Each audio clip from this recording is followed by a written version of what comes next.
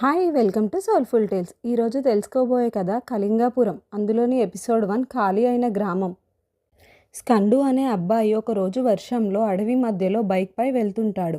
ఒక పాత టీ దుకాణం దగ్గర వృద్ధుడు అతన్ని ఆపుతాడు. అతను భయంతో చెబుతాడు, రాత్రి పడక ముందే ఈ దారి వదిలి వెళ్ళిపో బాబు. ఆ గ్రామం ప్రతి శుక్రవారం మాయమైపోతుంది.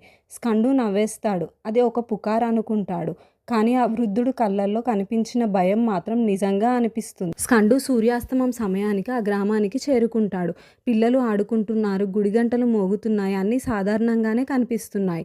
అప్పుడే ఓ చిన్న పాప స్కండుని చూసి నెమ్మదిగా అడుగుతుంది, అన్నా, ఈ రాత్రి నువ్వు కూడా మాయమైపోతావా? స్కండు ఆశ్చర్యపోతాడు. ఆమె తల్లి వెంటనే ఆ పాపను తీసుకెళ్ళిపోతుంది. రాత్రి 12 అవుతుంది. విద్యుత్ లైట్లు మెరుస్తున్నాయి. కుక్కలు గట్టిగా మొరుగుతున్నాయి. కొన్ని క్షణాల తర్వాత అన్నీ ఒక్కసారిగా నిశ్శబ్దంగా మారిపోతాయి. స్కండు బయటకు వచ్చి చూసి షాక్ అవుతాడు. మొత్తం గ్రామం ఖాళీగా ఉంది.